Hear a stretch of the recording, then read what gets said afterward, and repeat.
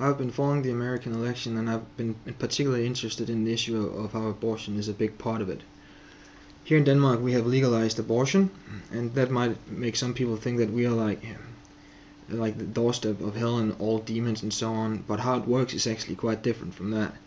In America, you can get an abortion that is actually it has been found by a study or some sort of survey by an American institution that you can almost in all states in America get an abortion up to the ninth month of pregnancy.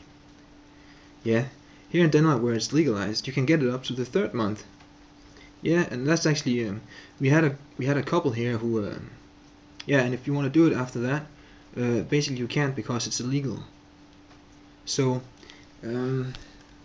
so what really I worry about here is that if you elect, say, Romney, since he's like the other choice, right? The girls won't be allowed to have an abortion. It will be illegal. But they will also live in a system that will cause many of them to be extremely desperate, because a few will have a lot and a lot will have nothing. And it's not easy to have a child if you have nothing. So I think that perhaps a mother who's like desperate like that and finds out she's pregnant and she can't get an abortion, what's she gonna do in this desperate state? Is she gonna turn to drugs or something else, or to calm her nerves or something, to take up drinking or something?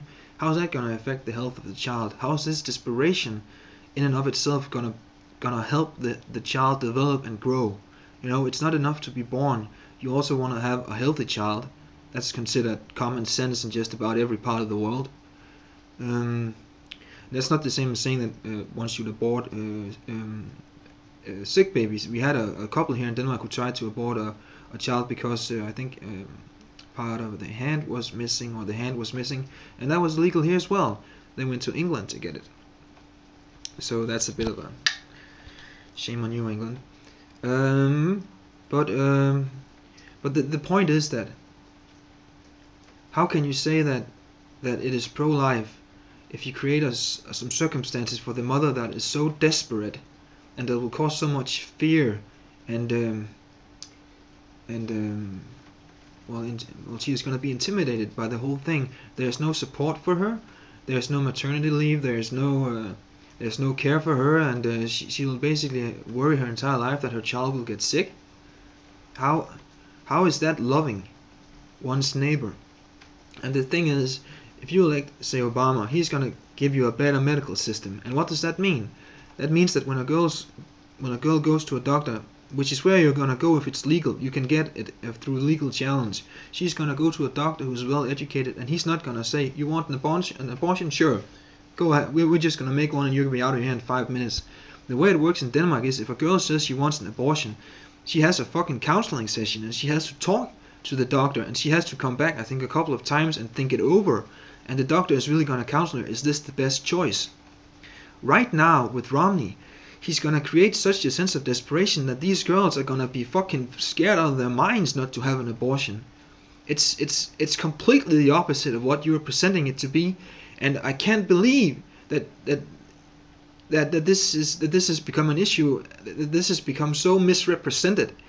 I gotta say that all the people that are pro-life, I've always had a lot of respect for you, and I think that your message is really great. That abortion is something that is basically evil, which is why the doctor should counsel against it.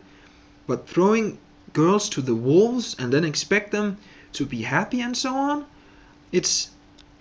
And also the fact that it seems to me that the only place under Romney that you're safe is basically when you're in the womb, and probably not even there, because girls might get so desperate that they turn to drink or drugs to just cope with the pressures they're under, and that's gonna hurt the health of the child. Is that pro-life? And then when you're born, there's fucking it's open season on you. If you can't cut it and fall through the cracks of society, you're as good as dead. How the fuck is that pro-life? And the thing is, if you vote for Obama, what you're gonna get is probably something like in Denmark, where you can get an abortion up to the 3rd month, and after that it is illegal, because that's how people actually tend to implement it, you know. And also, legalizing abortion is not the same as recommending it. A doctor, if a girl comes into a doctor and says, a doctor who's authorized legally to give an abortion, that she wants an abortion, he's not gonna say, "Oh, let's get it over with and get you out of here." He's gonna have a very serious talk with her and talk about the consequences and ask her, "Is this really what you feel like doing?" And what's more, he's gonna be in a position to say that, well, you can get maternity leave and people are gonna support you, and you don't have to do this. Whereas under Romney, she's gonna be so desperate that she's gonna probably throw herself in the hands of quacks to get it done illegally.